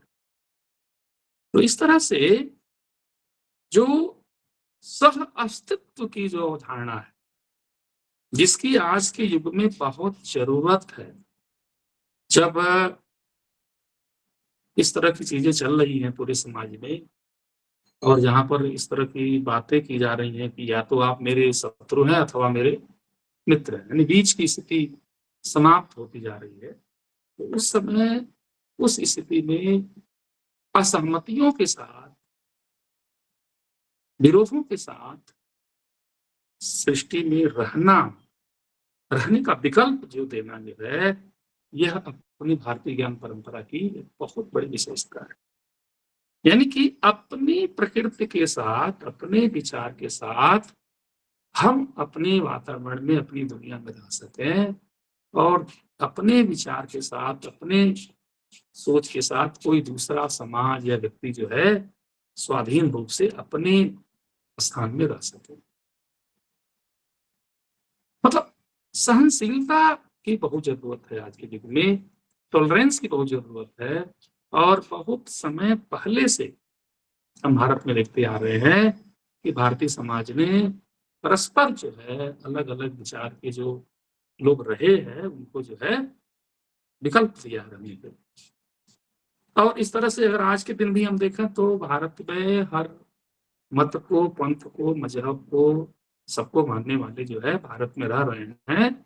और यहाँ का जो मुख्य समाज है, हिंदू समाज है, वो उसको स्वीकार करते हुए उसको उस रूप में ले रहा है कि ठीक है, इसमें कोई दिक्कत नहीं। आप कल्पना करो कि जो संख्या हिंदू समाज की इस समय भारतवर्ष में है, अगर वो दूसरे मत वालों की हो जाए या रहे तो क्या कल्पना करेंगे। जो दुनिया भर के आज लच्छेदार भाषण लोग देते हैं घूम घूम के यहाँ वहां, वो नहीं बोल, क्योंकि अन्य को अगर आप देखें जहां पर अन्य मत वाले जो है बहुसंख्या में हैं, वहां दूसरे जो थोड़ी संख्या में रहने वाला समाज है, समुदाय है, उसको दबाया जाता है, उसको मजबूर किया जाता है, विवश किया जाता है कि वह मुख्य समाज के मान्यताओं को मान करके रहना रहे, नहीं तो उसको कठिनाई होगी जीवन में।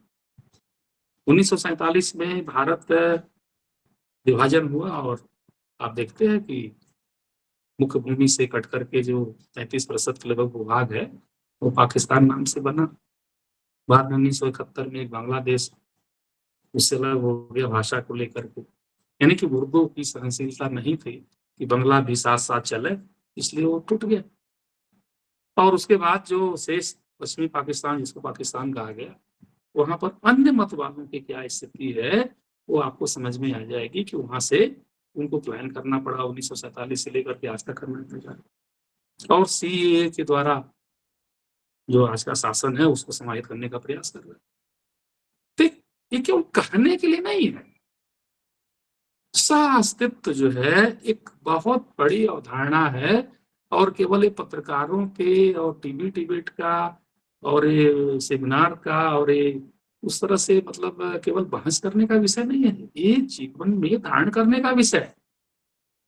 और हम देखते हैं कि भारतीय ज्ञान परंपरा को धारण करने वाला जो हिंदू समाज है वो अपने आचरण से, अपने चरित्र से, अपने व्यवहार से इसको दिखा रहा है। क्योंकि जो कुछ भी पुस्तकों में होता है, जो कुछ भी विचारों में होता है, अंततः उसको धारण कौन करता है? विचार तो अमूर्त होता है, उसको मानने वाला जो समाज है उसके माध्यम से पता चलता है कि उसकी जो विरासत है, उसकी जो धर्म ग्रंथ है, उसकी जो पुस्तकें हैं उसमें क्या है। कोई किसी का समय नहीं है कि वो किताबों को सुबह शाम लेकर के पढ़ेगा, लेकिन उसका जो फॉलोअर्स जो है, उसका जो समुदाय है, उसका जो समाज है, उसके आचरण से हर रोज प्रकट होता है कि वास्तव में जो उसका मूल चिंतन है वो किस ओर से है। तो इस तरह से हम देखें तो भारतीय ज्ञान परंपरा का जो सबसे बड़ा मूल्यवान पक्ष है वो ये है कि सह-अस्तित्व की भावना, जिए और जीने की भावना, अर्थात किसी के व्यक्तिगत जो है उपासना पद्धति को, व्यक्तिगत उसके आचरण को क्षति न पहुंचाते हुए उसको जीवन जीने का अधिकार देना, जब तक कि वह पूरे सृष्टि के लिए, समाज के लिए हानिकारक न हो जाए। अब इस विषय को इसको समझिएगा कि हाँ, ऐसा नहीं है कि इतनी स्वाधीनता और इतनी स्वायत्ता दे दी जाए कि वह जो है समाज के लिए, सृष्टि के लिए हानिकारक हो जाए। ऐसे तत्वों के लिए हम देखते हैं कि जो भारतीय ज्ञान परंपरा में जो राजधर्म का जो विवेचन हुआ है उसमें सीधे राजा के लिए कर्तव्य किया गया कि वह आतताई जो समूह है अथवा व्यक्ति है उसका वध करे, अर्थात इसका भी अपना एक सीमा है।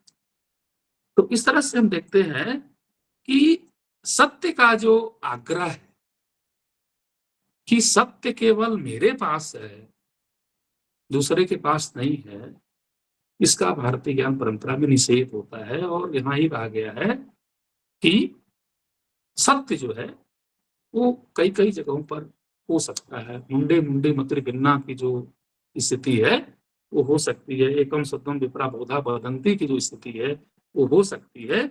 और सबको अपना विचार व्यक्त करने का अधिकार है और अपने अनुसार